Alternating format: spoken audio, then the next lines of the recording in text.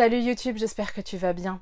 On se retrouve cette semaine pour le même format de vidéo que la semaine dernière puisque je n'ai pas encore de nouveautés à te proposer. Mais par contre, j'ai pas mal lu. Je vais commencer par mon coup de cœur de la semaine. Je t'en parlais la semaine dernière, c'est le dernier Marjorie Levasseur. Je t'avoue que comme d'habitude, je l'ai adoré. Alors je sais pas si c'est parce que je suis pas très objective ou pas, mais en tout cas à chaque fois que je lis un Marjorie Levasseur, je suis complètement fan. Et à chaque fois, je crois que je dis que c'est mon préféré, mais là celui-là, il est vraiment particulier. Donc il s'appelle Pardonne à la vie, et c'est un roman que j'ai particulièrement aimé parce que, comme d'habitude, je me retrouve énormément.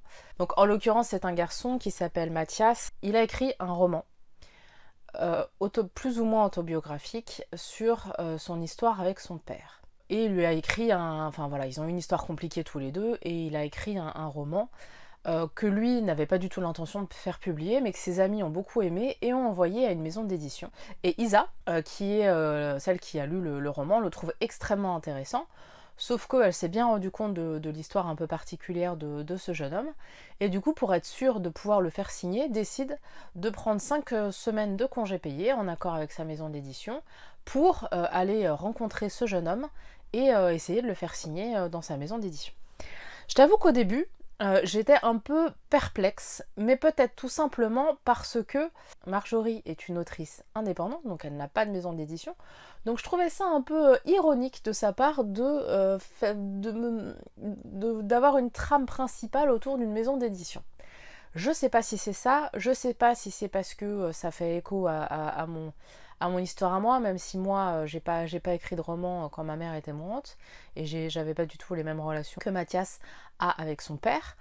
Mais forcément, voilà, j'ai eu un petit peu de mal. Et puis, comme d'habitude, je me suis très attachée au personnage, particulièrement à Mathias, donc forcément avec qui je partage énormément de points communs.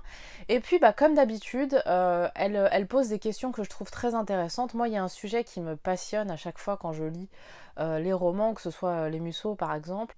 Je me demande toujours quelle est la part d'autobiographie dans chaque roman, parce que forcément, même si on écrit des romans de science-fiction, il y a forcément quelque chose d'autobiographique dans au moins l'un des personnages, parce que ça me paraît quand même compliqué d'écrire une histoire sur un sujet qu'on ne connaît pas du tout de prime abord.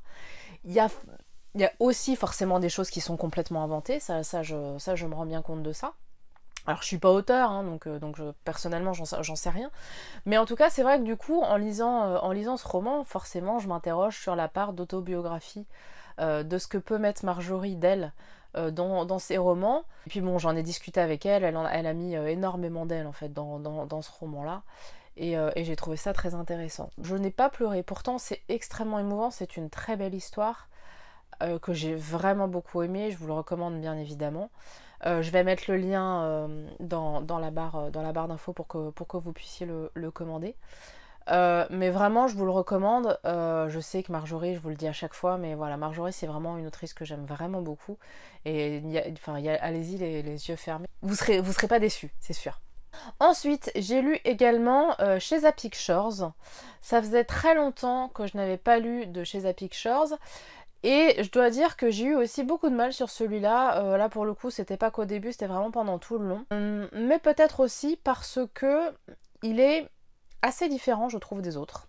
J'en ai discuté avec une de mes copines sur Twitter. C'est vrai il est un peu moins bisounours que les autres. Il traite d'un sujet un peu plus compliqué, un peu plus complexe, un peu plus mûr, un peu moins fleur bleue. Donc c'est vrai que celui-là, il est vraiment différent par rapport aux autres. Donc j'aime toujours autant cette série, c'est vrai que c'est très différent par rapport à la série télé. Mais en tout cas, voilà, j'ai bien aimé, mais il est vraiment un peu différent par rapport aux autres. Donc on va voir ce que va donner la suite. Je sais pas si je vais le lire tout de suite ou pas, j'en sais rien, je vais peut-être me laisser un peu de temps. Là, comme je te l'ai dit la semaine dernière, j'aimerais bien pouvoir lire Kate Daniels, donc là, Marjorie, c'était vraiment ma priorité. Mais là, ouais, j'aimerais bien lire Kate Daniels, donc je sais pas encore si je vais le lire tout de suite ou pas. Donc on verra. Ensuite, niveau manga, je t'avoue que là, ça n'a pas été ma priorité cette semaine. J'avais vraiment envie d'avancer dans mes lectures romans. Du coup, pas de manga pour moi cette semaine. Niveau série, par contre, ça a bien avancé puisque j'ai recommencé la série Burden of Truth, qui est la dernière série en date de Christine Kroik, que tu connais certainement entre autres de Smallville. Elle a aussi joué dans le nouveau remake de La Belle et la Bête. Et là, en l'occurrence, rien à voir ni avec l'un ni avec l'autre. Elle joue le rôle d'une brillante avocate qui vient d'une petite ville paumée au Canada. Et en fait, dans la première saison, elle est obligée de revenir dans son ancienne ville, dans sa ville natale, parce qu'il y a une chose énorme qui s'y passe et elle veut prendre le cas et s'en occuper pour faire le procès. Et donc là, on est déjà à la saison 3. Ça a bien évolué depuis la saison 1. Moi, c'est une série que j'aime beaucoup. Alors, c'est pas la meilleure série de ma vie, hein, mais c'est une série que j'aime bien suivre puisqu'elle est très humaine. Et c'est un sachant, enfin, c'est pas du tout à Ali McBeal ou ce genre de série. Vraiment, c'est une série vraiment sympathique. Et puis, il y a eu le retour cette semaine de 2 séries que j'aime beaucoup. C'est à noter puisqu'il n'y a pas beaucoup de séries qui sont de retour à cause du Covid. Oui, je dis du Covid, non pas de la Covid. Blâme-moi si tu veux. Il y a Grey's Anatomy, dont j'ai vu les 2 premiers épisodes. J'ai trouvé ça extrêmement bien qu'ils intègrent le Covid. C'est vrai que ça aurait paru bizarre de pas du tout l'intégrer, même si ça aurait pu être intéressant aussi de ne pas l'intégrer, justement pour qu'on puisse avoir la tête un peu à autre chose pendant qu'on regarde cette série. Je crois qu'on est assez dedans en ce moment pour peut-être justement mériter d'avoir un peu de tranquillité au niveau des séries. Néanmoins, personnellement, je trouve que c'est très très bien qu'il l'ait intégré. Je trouve ça très intéressant aussi de voir comment eux l'ont intégré. Alors j'ai aucune idée de savoir si c'est vraiment comme ça que ça se passe aux États-Unis dans les hôpitaux par rapport au Covid. En tout cas, voilà, j'ai trouvé intéressant d'intégrer justement le Covid, comment les médecins y font face, comment ils sont obligés d'y faire face. Grey's Anatomy, c'est la saison 17 déjà. À une époque, j'avais beaucoup moins aimé à cause de la mort d'un des personnages principaux que j'avais pas du tout apprécié. J'avais trouvé ça pas intéressant du tout la façon dont il l'avait fait. Mais c'est vrai que malgré tout, c'est une série que je regarde toujours avec beaucoup de plaisir. Et puis la deuxième qui est revenue, c'est This Is Us. Donc là, on est saison 5, je crois. Il y a 3 épisodes qui sont sortis pour l'instant, je n'en ai regardé que 2. Je ne sais plus trop quoi penser de This Is Us. C'est une série que j'aime beaucoup, c'est la série qui fait pleurer à tous les coups. J'aime beaucoup cette série, néanmoins, je me demande si on n'a pas fait un peu le tout. L'histoire principale, c'est quand même l'histoire de Jack, hein, la mort de Jack et ce que ça en a fait sur cette famille. Ça y est, on sait comment il est mort depuis un petit moment déjà. Bon, certes, on s'est attaché au personnage, mais je commence à avoir hâte que ça se termine en fait. Je trouve j'aime beaucoup les personnages, j'aime beaucoup leur famille, j'aime beaucoup leurs liens, etc. Mais voilà, je trouve que j'aimerais bien que cette série finisse. Niveau jeux vidéo, je sais pas si j'aurai des images à te montrer, puisque là j'en ai encore tourné aucune. J'ai commencé Assassin's Creed Valhalla. Et j'ai eu du mal un petit peu au début, parce que je suis encore sur Genshin Impact. Et forcément les commandes ne sont vraiment pas du tout les mêmes. Donc ce qui fait que j'ai eu un peu du mal. Les combats sont quand même beaucoup plus scénarisés que Genshin Impact, où Genshin Impact il suffit juste de bourriner et d'esquiver au bon moment où en gros ça passe. Assassin's Creed c'est quand même un petit peu différent.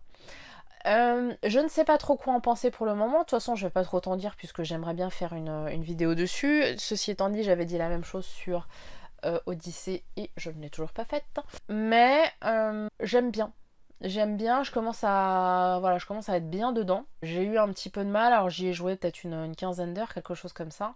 Et je suis, alors niveau histoire, je sais pas combien j'en suis, mais j'en suis vraiment au tout prémisse. Hein. Mais la chose que j'aime bien par rapport aux autres, c'est que là, l'exploration, je trouve pas ça trop chiant. Ça, c'est un truc que j'avais détesté dans Origins et dans Odyssey, le fait qu'on t'oblige à faire des quêtes secondaires pour pouvoir avancer dans la quête principale.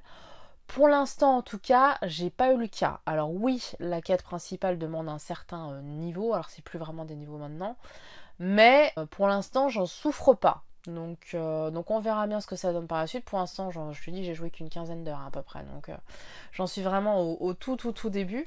Mais en tout cas, j'ai plutôt bien aimé, donc ma foi, j'espère que ça va continuer comme ça. J'ai l'intention de toute façon d'y continuer à y jouer sans problème. J'espère juste qu'il sera quand même un petit peu moins long qu'Odyssey, mais j'ai pas trop d'espérance à ce niveau-là. J'ai l'impression que c'est quand même assez long.